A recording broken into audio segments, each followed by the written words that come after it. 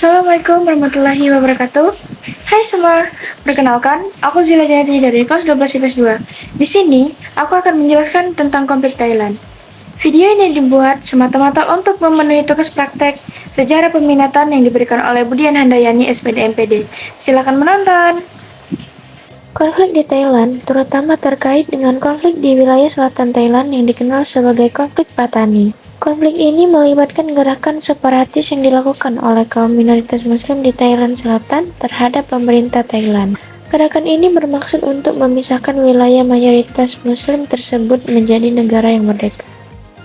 Konflik Patani telah berlangsung cukup lama dengan gerakan separatis yang muncul pada tahun 1960-an. Tingkat kekerasan dalam konflik ini telah berfluktuasi seiring berjalannya waktu, dengan puncaknya adalah munculnya pemberontakan pada awal tahun 2000-an.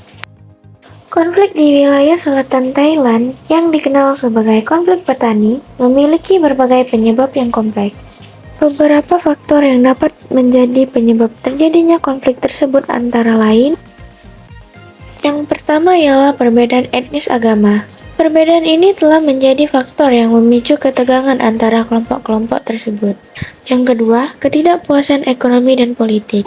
Mereka merasa bahwa mereka tidak mendapatkan kesempatan yang sama dalam hal pembangunan ekonomi, pemerataan kekayaan, dan partisipasi politik. Yang ketiga, sejarah konflik dan tidak keadilan sebelumnya. Hal ini memicu masalah hak asasi manusia, penahanan tanpa proses hukum yang adil, dan kekerasan yang dilakukan oleh aparat keamanan. Yang keempat, pengaruh eksternal. Ada laporan tentang dukungan dan pengaruh dari kelompok-kelompok etnis regional atau internasional yang berusaha memanfaatkan konflik ini untuk kepentingan mereka sendiri. Selain itu, ada juga demonstrasi pro-demokrasi yang terjadi di Thailand, terutama oleh kaum muda yang menuntut perubahan dalam sistem politik dan pemerintahan.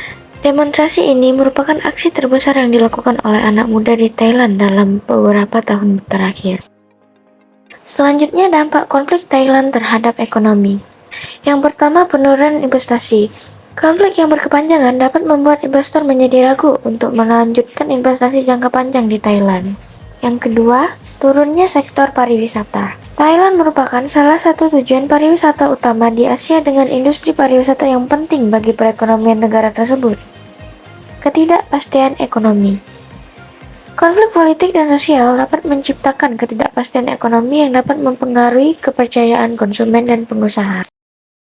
Berikut ini adalah salah satu tokoh yang terlibat di konflik Thailand. Haji Sulong adalah seorang pemimpin Muslim yang terlibat dalam gerakan separatis di Thailand Selatan.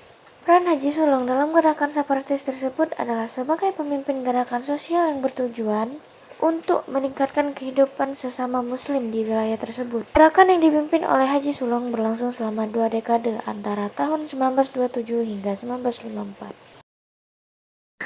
Berikutnya ialah organisasi internasional yang terlibat dalam penyelesaian konflik petani. Yang pertama ialah Organisasi Kerjasama Islam atau OKI. OKI telah berperan dalam upaya penyelesaian konflik di wilayah petani dengan menyelenggarakan pertemuan dan dialog antara pemerintah Thailand dan kelompok separatis. Organisasi ini juga memberikan dukungan dan membantu dalam memfasilitasi proses perdamaian. Yang kedua, Perserikatan Bangsa-Bangsa atau PBB. PBB telah mengawasi dan memberikan perhatian terhadap situasi konflik di wilayah petani. Meskipun tidak secara langsung terlibat dalam penyelesaian konflik, PBB telah mengeluarkan pernyataan dan laporan mengenai situasi di wilayah tersebut. Yang ketiga, ASEAN. ASEAN juga telah memperhatikan konflik di wilayah petani dan mendukung upaya penyelesaian perdamaian. Melalui dialog dan kerjasama regional, ASEAN berusaha untuk mendorong perdamaian dan kestabilitasan di wilayah tersebut.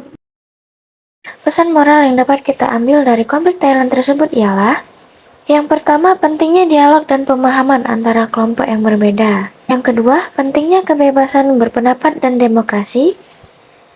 Yang ketiga, mengatasi konflik dan cara damai dan menghormati hak asasi manusia.